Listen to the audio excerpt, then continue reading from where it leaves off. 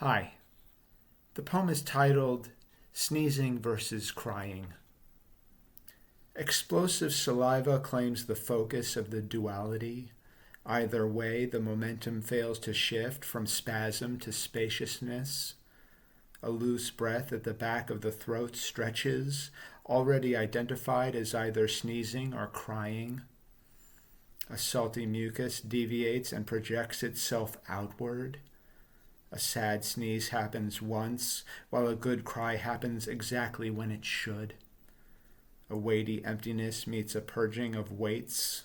Satisfying or not, both breaches pair with slender identities that launch uncontrollably. The last time I sneezed, a soft tingle spread before landing. The last time I cried, that same tingle hardened and met my eyes and continued to do so.